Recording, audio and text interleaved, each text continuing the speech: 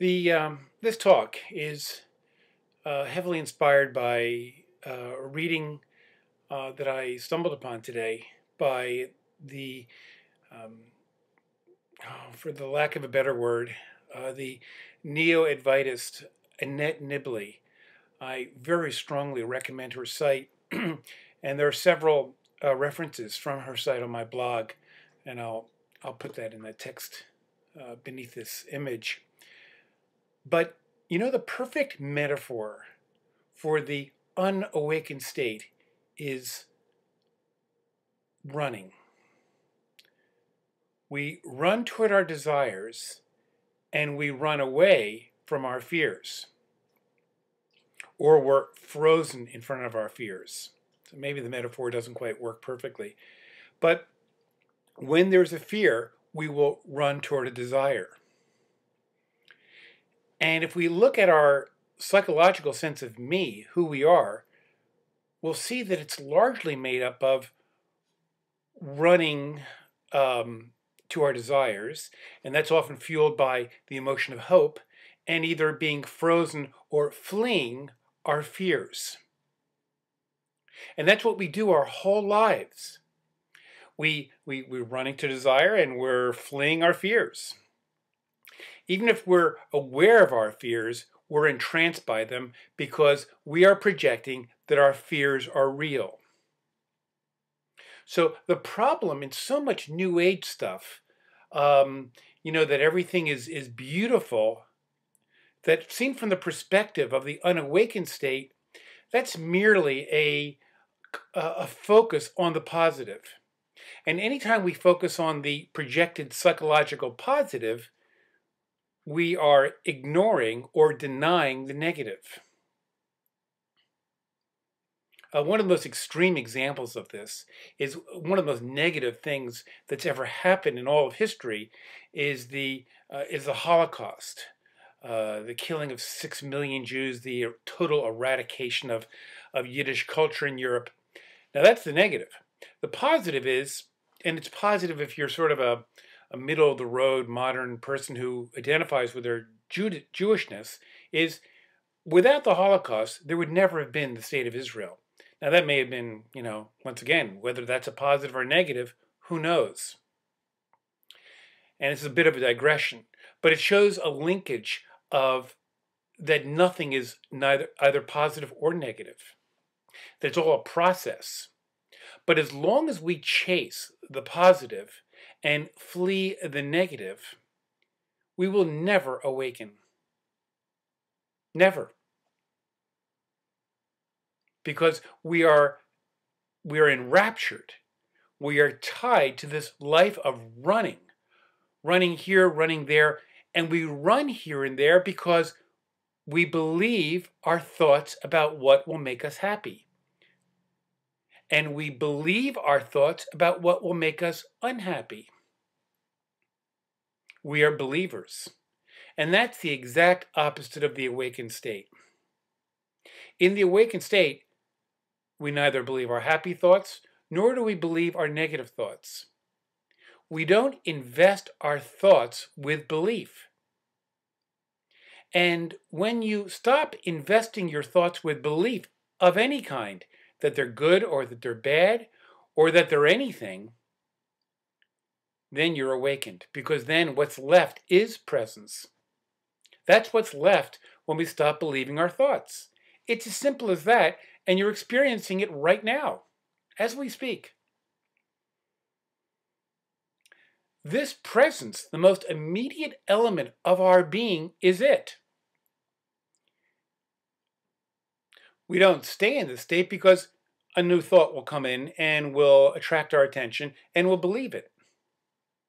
And so the cycle of running to the positive and running away from the negative is sustained. And we have the sense that we're never making, quote unquote, progress.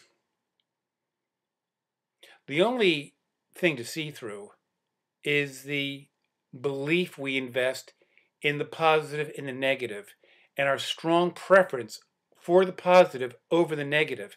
That is the life of the mind. So when we feel and experience this sense of presence, the mind will immediately rush in there because this is our habit. Our habit is that the mind rushes into any situation and goes, ah, this is it. Or this isn't really it because there's no fireworks. That's again the flight to the positive and the flight away from the negative. Anytime the mind comes in, ah, that's the positive. And that's what the mind is. The mind is the asserter of the positive. So when something isn't it, the mind asserts, this isn't it. That is in a way a positive statement, even though it's worded as a negative. And that's what the mind does. And it's not a problem. The mind will continue doing that. As long as you believe that's a problem, we're in fact asserting the positive, that this is a problem. Can you see that? Because as long as we assert that the mind is a problem, we're again stuck in that same running metaphor. We again run away from the mind. We run away from the apparent ego.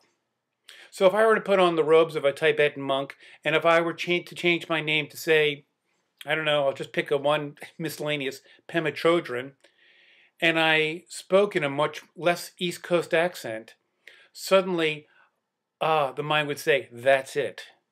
That's a spiritual person. But since I speak sort of in a generalized East Coast tone, I don't look special. I certainly don't have a special name. This Chinese calligraphy in the background just happens to be a picture on the wall. I have two other pictures of, looking over here, of scenes of drawings of rural Italy. Just happens to be back there. It's not to create a mystical image, because all of that is thought. It's just thought saying, no, this isn't it. He speaks like Woody Allen. He can't have it. Or if the person is beautiful and speaks in measured tones and wears the right right clothing, we go, this is it, namaste, thank you. All of these things are images. Whether I have it or I don't have it, and in fact I'll say this, I don't have it. Because no I has it. Because as soon as we impose an I, the mind is again asserted a positive. Ah, I have it. We all have it. Everything has it. Everything has Buddha nature. But nothing we assert has Buddha nature. And that is the key. It's just this without assertion. And the stopping of assertion is again the mind doing its thing. Let the mind do its thing. It doesn't really matter. All that matters is when you put your belief in the narrative of the mind. And the source of suffering happens is when we have an internal identification with inadequacy or insufficiency, and something in our external life ignites that internal belief. You have a linkage. Your external life has now linked with an internal belief, and the result is suffering. That too will happen in presence. That too will happen in presence. When we understand it, we are freed. And that's the purpose of this video. When we understand it, we are liberated. And it does not require a deep understanding. What it does require is an attention to habit. The habit of identifying with the positive and fleeing the negative. The only issue is habit. Presence is always there.